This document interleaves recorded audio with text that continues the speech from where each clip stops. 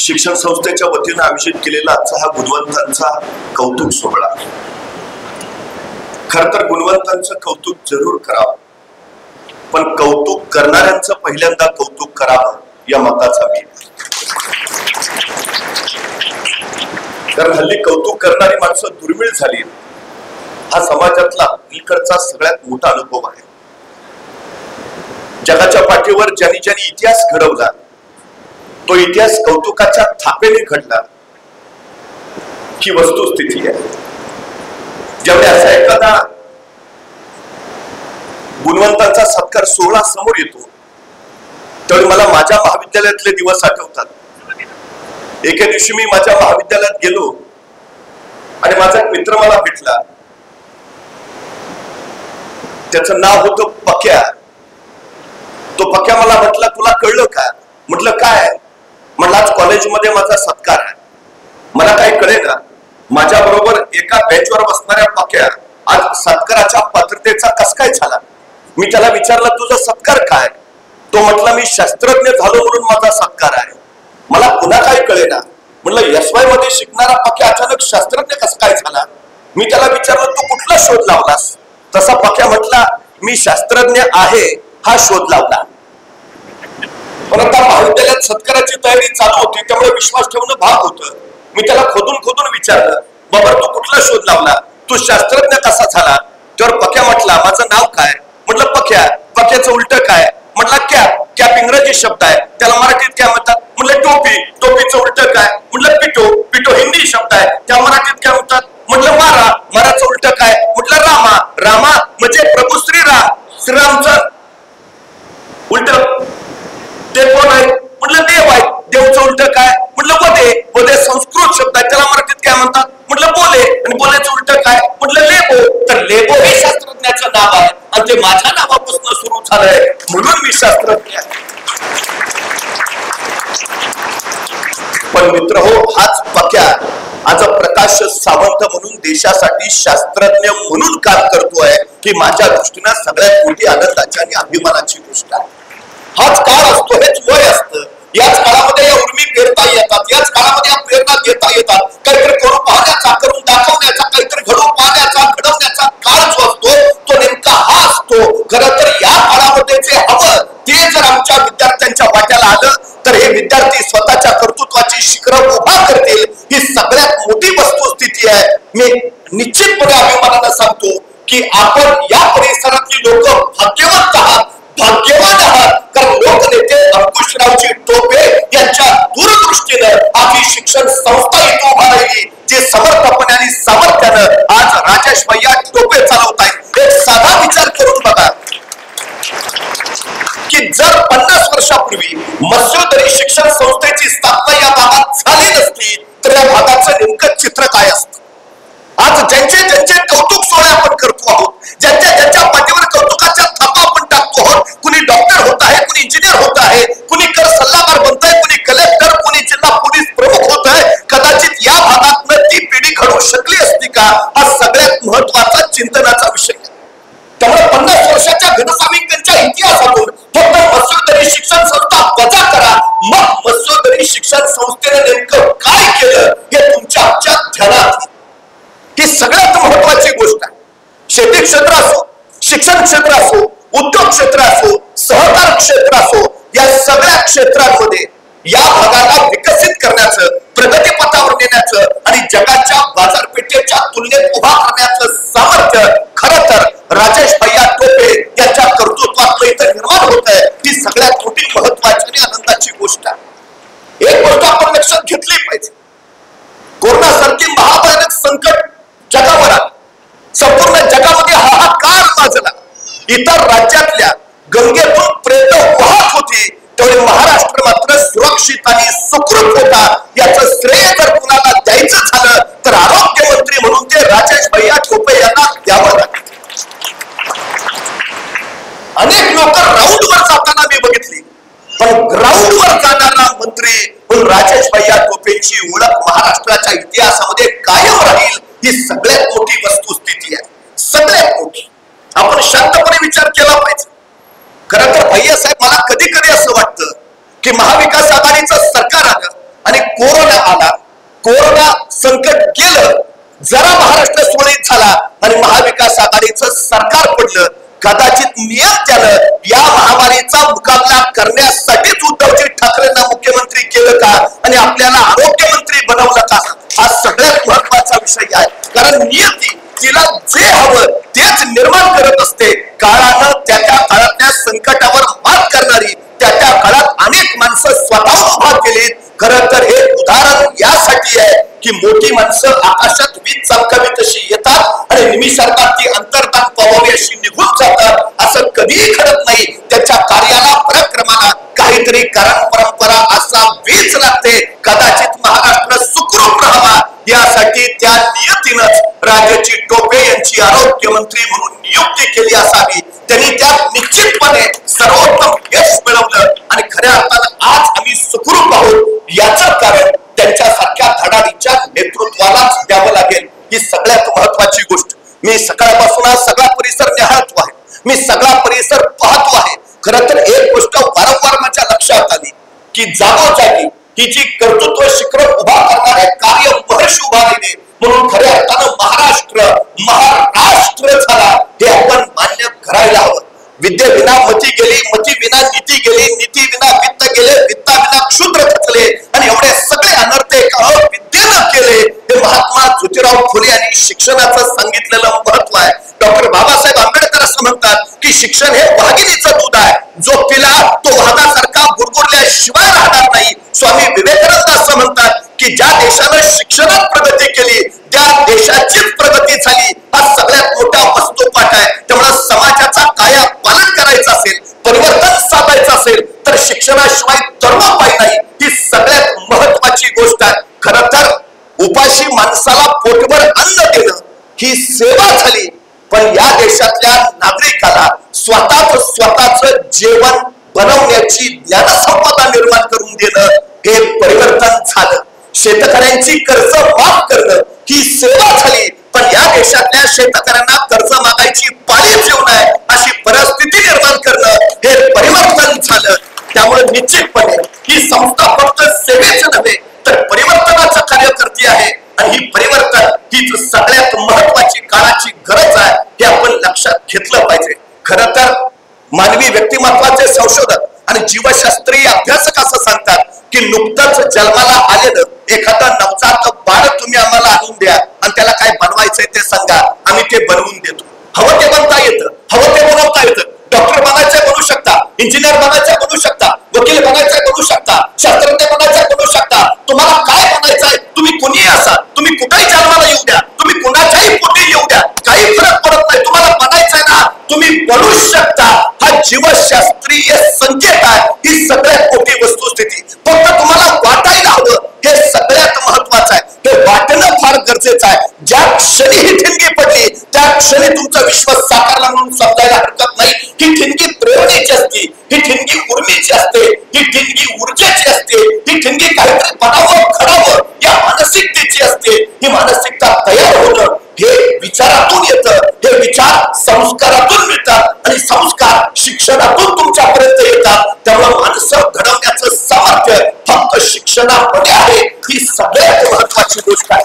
आपण भाग्यवान का तर शिक्षणाची गंगा मस्योदरी शिक्षण संस्थेच्या माध्यमानं इथं वाहती आहे. हे सगळ्यात महत्वाचं. मी मगाशी सरांना एक प्रश्न विचारला की मस्योदरी शिक्षण संस्थेच्या शाखा मुंबईला किती आहेत, पुण्यामध्ये किती आहेत, मेट्रो सिटी मध्ये किती आहेत, या 64 शाखा ज्या तुम्ही सांगता त्या नेमक्या कुठं आहेत? त्यावेळी त्यांनी सांगितलं या सगळ्या शाखा आमच्या जालना जिल्ह्यामध्येच आहेत. खरं तर आज शिक्षणाचं जे व्यापक बाजारी रूप आलंय, टोपे साहेबांना मुंबईमध्ये मेडिकल महाविद्यालय काढता आलं असतं, मोठमोठ्या संस्था उभारता आल्या असत्या, शिक्षण क्षेत्रामध्ये विलक्षण अमापाफाट पैसा कमवता आला असता. पण माझ्या भागातल्या शिक्षणापासून वंचित असणाऱ्या आणि पिढ्यानपिढ्यांचा उद्धार करू पाहणाऱ्या या सर्वसामान्य जनतेपर्यंत ही शिक्षणाची गंगा गेली पाहिजे. यासाठी हे शिक्षणाचं देखणं शिल्प त्यांनी इथं उभा केलं. हे सगळ्यात महत्वाचं आहे. अलीकडे आपण वारंवार पाहतो म्हणजे नव्या पिढीला मी भाग्यवान मानतो यासाठी की जुन्या पिढीच्या वाट्याला हे आलं नाही. 50 वर्षापूर्वी शिक्षण संस्था स्थापन झाली, पण 50च्या आधीची जी लोक असतील त्यांचे आयुष्य कधीतरी तुम्ही एकदा निहाळा की कशा अवस्थेत आहेत, काय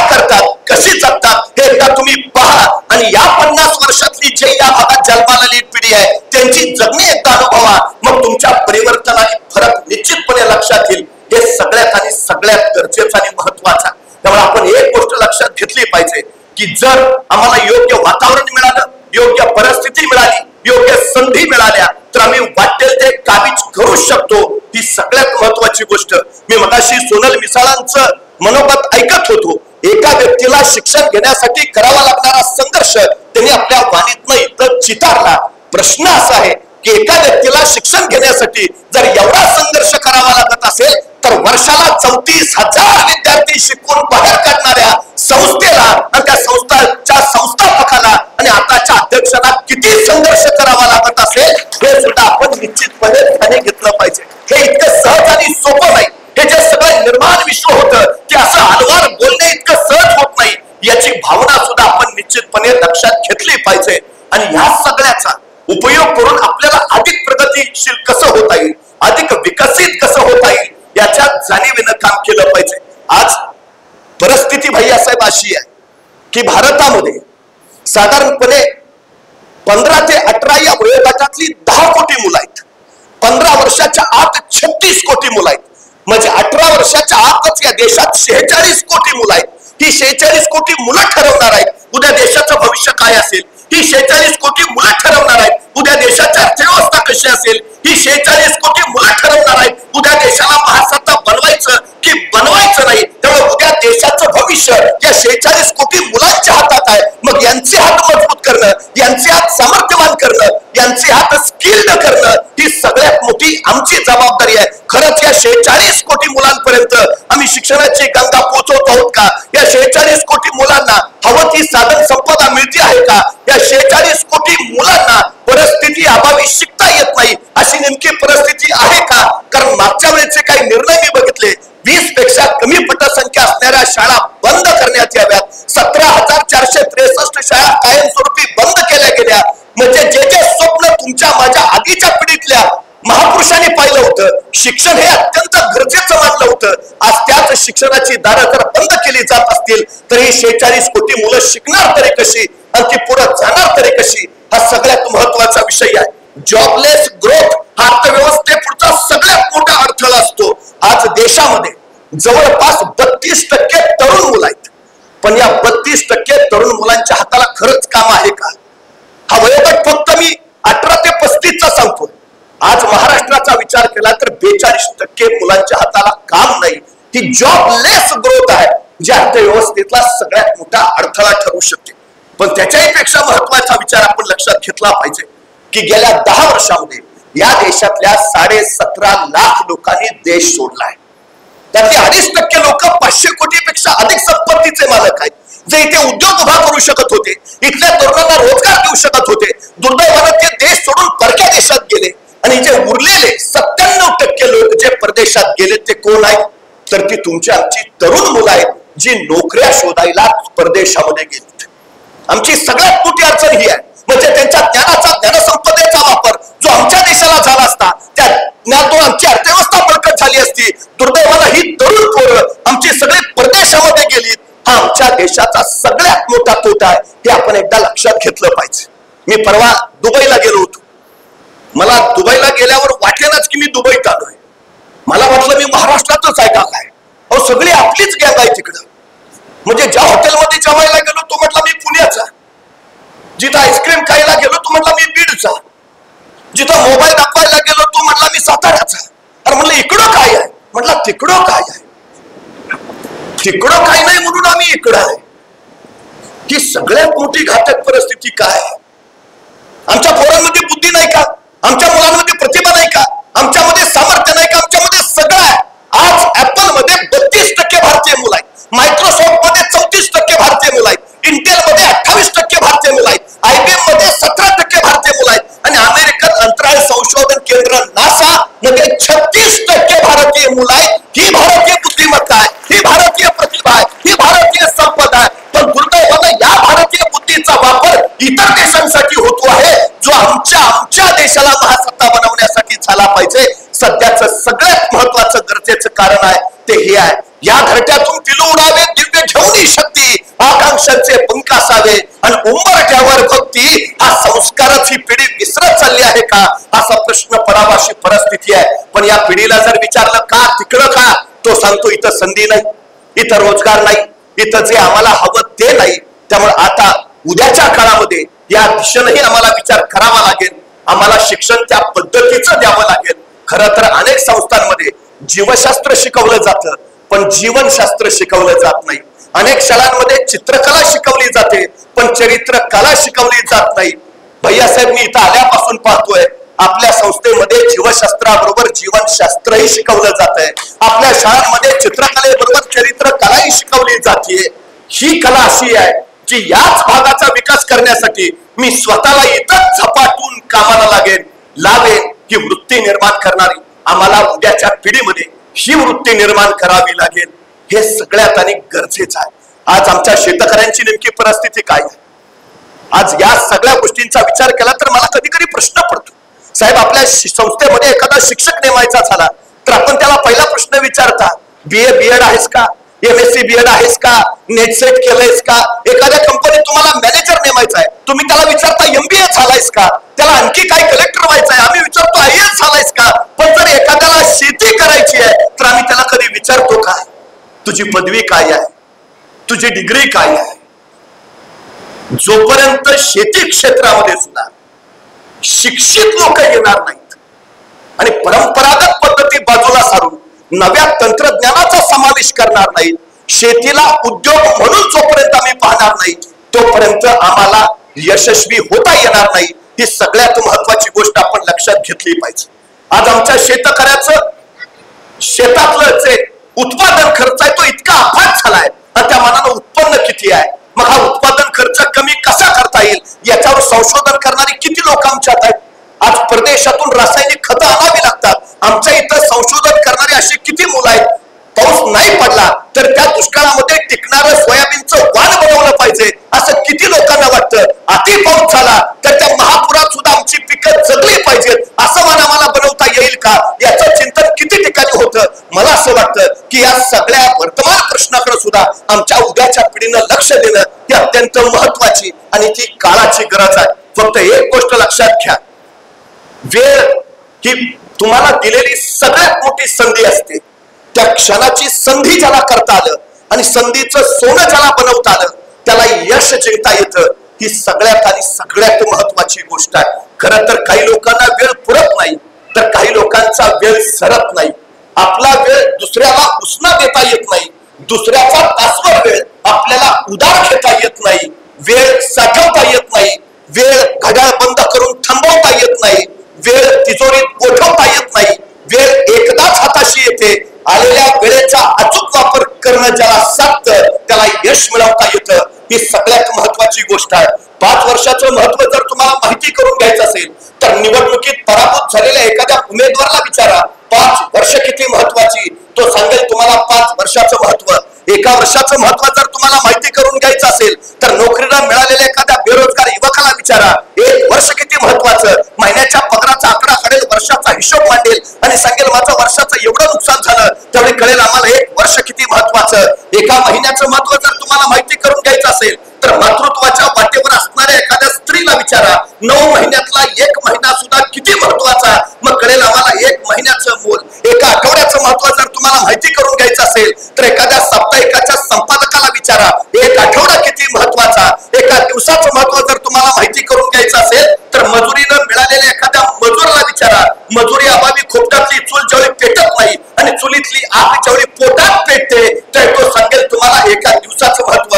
1 तासाचं महत्व जर तुम्हाला माहिती करून घ्यायचं असेल तर जगदत्ते अलेक्झांडरला विचारा. जगाचा बादशाह होता, जगाचा सम्राट होता, पण मृत्यूशय्येवर पडला होता आणि आपल्या वैद्याकडे केविल वाली प्रार्थना करत होता की फक्त एक तास मला जगवा. त्या जगदत्ते अलेक्झांडरला जाऊन विचारा 1 तास किती महत्वाचा. 1 मिनिटाचं महत्व जर तुम्हाला माहिती करून घ्यायचं असेल तर अमेरिकेच्या वर्ल्ड ट्रेड सेंटरवर ज्यावेळी विमान हल्ला झाला तो विमान हल्ला होण्यापूर्वी त्या इमारतीतनं फक्त 1 मिनिट आधी सुरक्षित बाहेर पडलेल्या एखाद्या इस्माला विचारा 1 मिनिट किती महत्वाचा. आणि 1 सेकंदाचं महत्व जर तुम्हाला माहिती करून घ्यायचं असेल तर ऑलिम्पिक मध्ये फक्त 1 सेकंदासाठी सुवर्ण पदक हुकलेल्या एखाद्या धावपटूला विचारा, एक सेकंद किती महत्वाचा. सेकंदा, मिनिटा, तासा, दिवसाचं मोल जर एवढं असेल तर आमच्या वाट्याला आलेल्या आयुष्याचं मोल किती असेल, हा सगळ्यात महत्वाचा प्रश्न आहे. आपण विद्यार्थी लोक, आपला शैक्षणिक कालखंड आपल्या आयुष्याच्या दृष्टीनं किती महत्वाचा हेही एकदा नीट ठरवून घेतलं पाहिजे. या शैक्षणिक कालखंडामध्ये जर खरंच तुम्ही गाढवासारखं काम केलं तर तुम्ही आयुष्यभर राजासारखे जगाल. पण या शैक्षणिक वर्षामध्ये जर तुम्ही राजासारखं जगलात तर आयुष्यभर तुम्हाला गाढवासारखं काम करावं लागेल. तुम्हाला गाढव व्हायचंय का राजा व्हायचंय हे तुमचं तुम्ही ठरवायचं. हा सगळ्यात आणि सगळ्यात महत्वाचा विषय आहे. खरं तर एक गोष्ट आपण वारंवार लक्षात घेतली पाहिजे. अलीकडच्या पिढीचं सगळ्यात मोठं दुर्दैव असं आहे की आमच्या अभ्यासक्रमामध्ये त्याला आम्ही सगळे विषय शिकवतो, पण दुर्दैवानं निर्णय कसा घ्यायचा, निर्णय क्षमता कशी वाढवायची याच्याबद्दल कुठेही आम्हाला शिकवलं जात नाही. ही आमची सगळ्यात मोठी अडचण आहे. आमच्या तरुण पिढीमध्ये जरा तुम्ही फिरला तर तो पक्का गोंधळलेला दिसतो. काय करायचंय हेच त्याला कळत नाही, कसं करायचंय हेही त्याला समजत नाही, आणि नेमका कुठं जायचंय याचा तर त्याच्याकडे पत्ताच नाही. बरीचशी पिढी भरकटल्यासारखी का आहे तर निर्णय क्षमतेचा अभाव. सगळ्यात महत्वाचा विचार, निर्णय घ्यायला शिका. पटकन निर्णय घेता आला पाहिजे. निर्णय कधी घेता येतो तर एखाद्या क्षेत्राचा जर तुमचा सखोल अभ्यास झाला असेल तर तुम्हाला पटकन निर्णय घेता येतो. पण जर तुमचा अभ्यास नसेल तर तुम्ही गोंधळता, विचलित होता, तुम्हाला निर्णय घेता येत नाही. ही सगळ्यात मोठी अडचण आहे. यशस्वी कोण होतं? योग्य निर्णय घेतात ते नव्हे तर घेतलेला निर्णय योग्यच होता हे जे सिद्ध करतात ते, हे फक्त आपण लक्षात ठेवलं पाहिजे.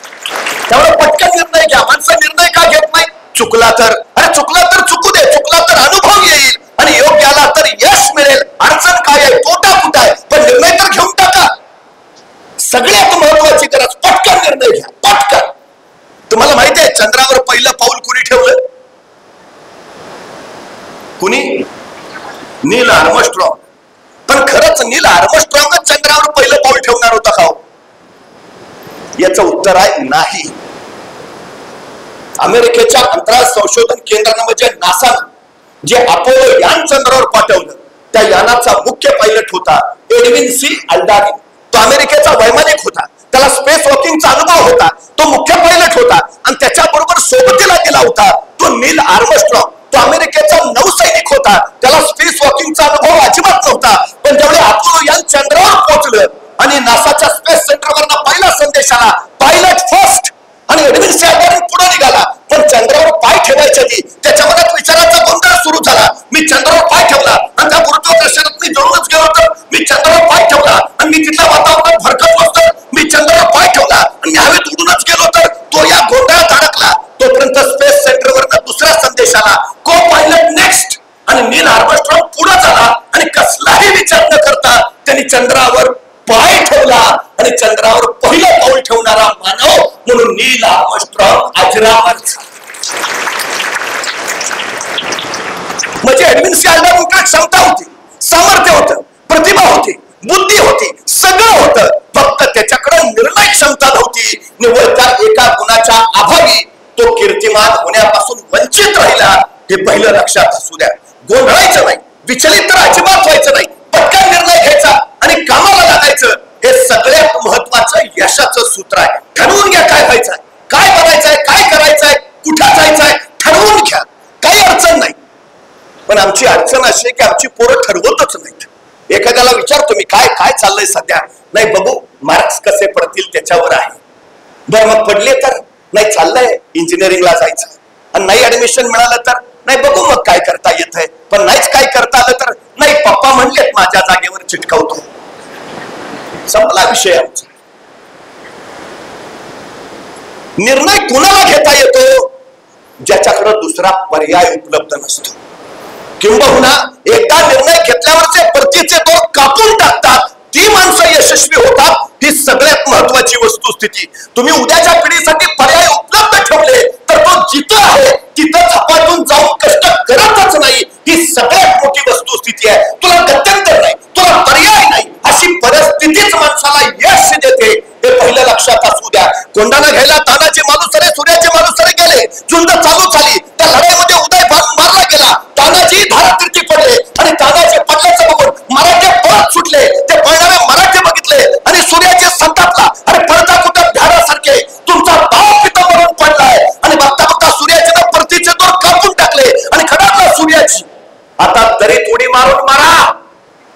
तर लढून मारा. मराठ्यांनी लढणं पत्करलं आणि कोंडाण्यावर भगवा फडकला. यश मिळवायचंय ना, सगळ्यात महत्वाची गोष्ट परतीचे दोर कापून टाका. तर तुम्ही पूर्ण समर्पणानं तुमच्या ध्येयाच्या दिशेनं वाटचाल करता. सगळ्यात महत्वाचा पर्याय नको, नकोच, अजिबात पर्याय नको. ही सगळ्यात महत्वाची गोष्ट लक्षात असू द्या.